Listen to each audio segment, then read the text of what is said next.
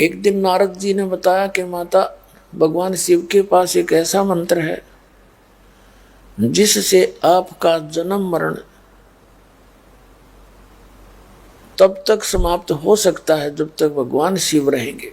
अब उन्हें तो इतना ज्ञान था कि तुम्हारी जन्म मृत्यु समाप्त हो सकती है। अब कितनी हो सकती है वो तो इस तत्व ज्ञान से पता चला। और नारद जी ने ये भी बताया कि माता, आप 107 बार मर चुकी हो और 107 बार ये आपने भगवान शिव को ही पति चुना है। आप जन्म और मृत्यु के कष्ट को उठा रही हो, गर्भ के वास के कष्ट को झेल रहे हो, और जो ये सिर के खप्पर टांग रखे हैं, भगवान शिव ने क्या कर रखा था, पार्वती मरी, उसका सिर का कंकाल निकाल लिया, ऊपर का खप्पर सा, सिर का ऊपर का कटोरा सा तार कर उसमें माला में डाल ले। 107 टांग रखे उसने माला में। तब नारद जी ने बताया कि 107 ये आपके सिर हैं और 108वां जन्म आपका अब है। और भगवान शिव के पास एक ऐसा मंत्र है, यदि वो आपको मंत्र दे दें तो आपका कल्याण हो जावे। तो यह बात पार्वती जी के गले नहीं उतरी। कहने लगे, नारद जी, भगवान शिव के पास कोई मंत्र हो और वो मुझे ना दे, ये नहीं हो सकता, मुझे मरता वो देख ही नहीं सकते। तब नारद जी ने बताया कि ये ऐसा अनमोल मंत्र है माता, ये ऐसे नहीं दिया जा सकता। आप अभी तक उसको अपना पति मानती हो और पति जैसा व्यवहार करती हो, कभी कभी डांट भी लगा देती हो, झड़क भी देती हो, रुष्ट भी हो जाती हो, लेकिन आप उनको एज ए गॉड ट्रीट करो और अधीनी होकर के ये वस्तु मांगो। अति अधीन दीन हो प्राणी, ताको कहिए अकथ कहानी। किसी सत्र का भी ज्ञान लेना है तो आपको मिलेगा। नारद जी तो चले गए बता के, पार्वती की बेचैनी का ठिकाना नहीं रहा कि ये कैसे हो गया कि मुझे ना बताया उन्होंने नाम। लेकिन वो ये भी समझ गई कि ईब आकड़ पाड़न ते काम ना चले। आकड़ तो मैं पहला पाड़ा करती, करड़ी तो पहला होया करती, तो नम्रता तो बात बनेगी, नहीं तो वो कति नहीं बतावे। अब भगवान शिव जी आए घर पे, सैर सपट्टे को गए थे, तो पार्वती पहले तो जैसे पति पत्नी का व्यवहार होता है, चाहे वो कुछ भी है, उसी तरह व्यवहार करते हैं। कहाँ थे अभी तक, इतने लेट क्यों करोगे, इस तरह की बातें करती थी। उस दिन चरणों में मत्था टेक के रोने लगी। भगवान शिव ने कहा, पार्वती किसने क्या कुछ कह दिया तेरे को? तो पार्वती जी ने कहा, जी आपके रहते मुझे कौन क्या कह सकता है। रोती रोती कहने लगी, लेकिन कहा, भगवान मुझसे कोई गलती बन गई, आपने मुझसे एक अनमोल वस्तु छुपा रखी है।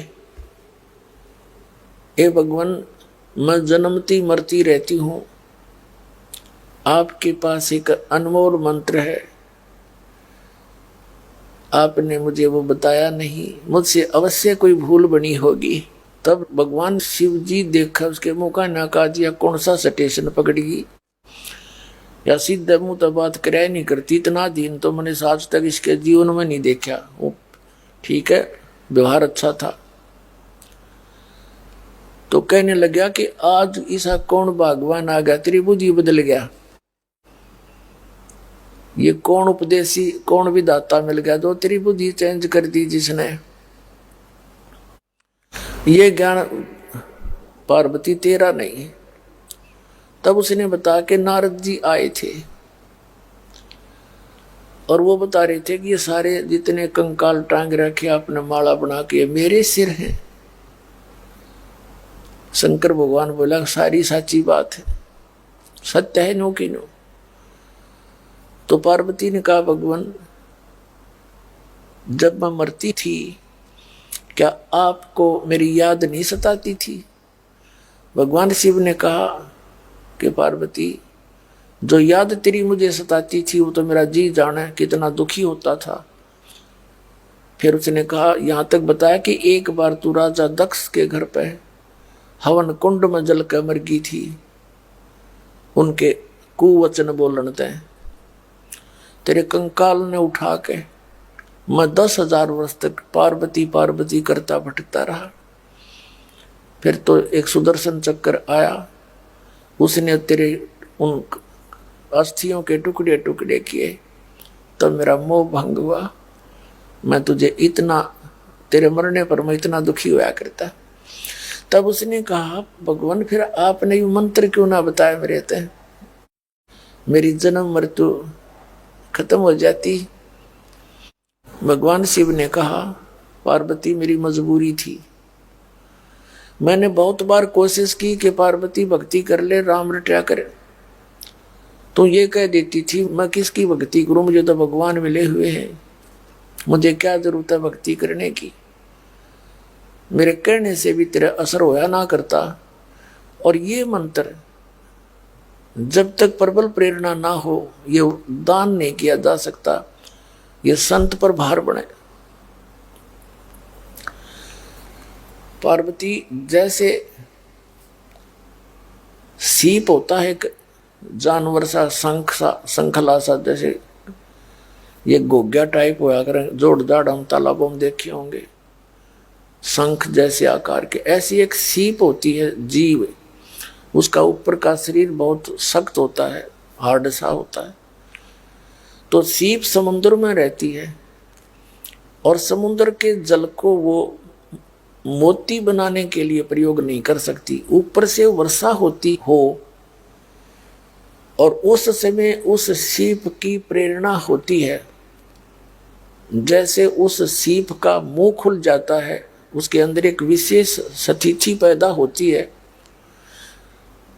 उसका मुंह खुल जाता, अपने आप ऊपर आ जाती है और वर्षा हो रही हो और उस समय उसका मुंह खुला हो तो एक बूंद पर्याप्त है उसको, एक स्वाति बूंद से ही उसमें मोती बन जाता है। और सीप का मुंह खुला ना हो और चाहे सारा सामन बरस जा, उसका कोई यूज नहीं। तो पार्वती तेरे अंतःकरण की सीप का मुंह खुला नहीं था, मैंने कोशिश बहुत करी थी, मैंने कोशिश बहुत करी पर वो मुंह खुला नहीं तेरा।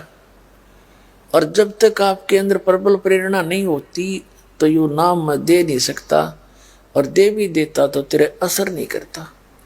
आज नारद जी के वचनों से, सत्संग से तेरे अंदर एक न्यारी प्रेरणा है, आज मैं तेरी कसक देख रहा हूं, आज तेरा जो भाव है एक भगत जैसा है, आज तेरा भाव जो है भगत जैसा बन गया है।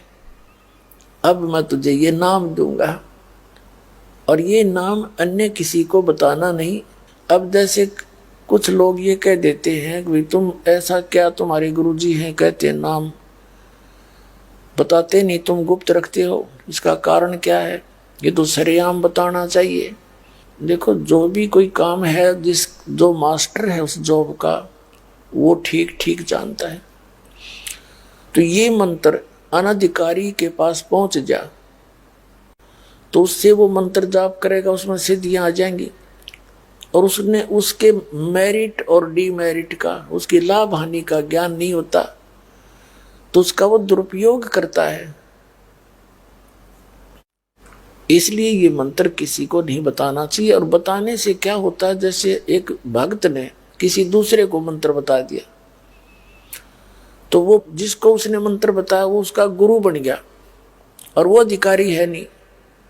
अनअधिकारी व्यक्ति ने अपना पासपोर्ट बना रखा हो और वो उसे नकल करके दूसरे का बना दे और अपनी मोहर मार दे तो दोनों दोषी हो गए, अपना भी काम बिगाड़ा, उसको मिसगाइड कर दिया।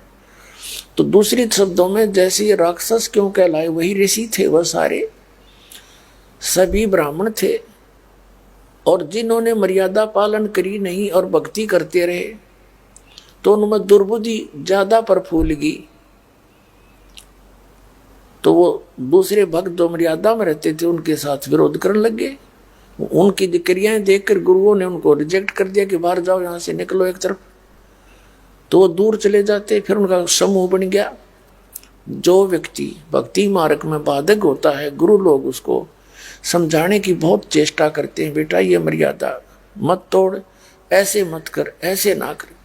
जब वो नहीं मानते हैं तो उनको अपने मिशन से बाहर कर दिया जाता है। तो वो ब्राह्मण लोग ऋषि थे, ऐसे जो रिजेक्ट होते गए, कोबद छोड़ी नहीं, विकार त्यागे नहीं और भक्ति भी करते रहे। तो फिर वो दूर चले जाते, ठीक है हमने कोई जरूरत नहीं, हम अपने आप भक्ति तो कर ही रहे हैं, हम नाम ले ही लिया है। उनका फिर ग्रुप बन गया, उनमें दुर्बुद्धि थी ही, तो वो सिद्धियां तो उनमें आ गई, उन्हें कोबद शुरू कर दी, और जिस कारण से फिर राक्षस कहलाए। तो इसलिए भगवान शिव ने कहा कि पार्वती आज नाम दूंगा तेरे को, आज मेरी आत्मा घनी खुश होगी, और ऐसे स्थान पर दूंगा कोई पक्षी भी ना सुन दे इस मंत्र ने।